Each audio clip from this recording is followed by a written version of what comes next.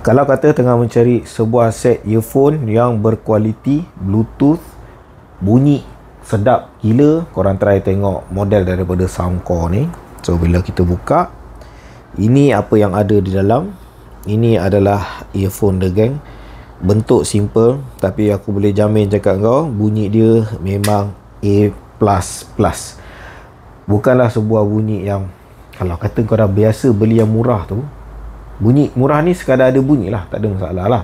Tapi bila kau nak dapatkan bass yang baik, treble yang sedap, nak tak nak geng, memang kena makan modal sikit.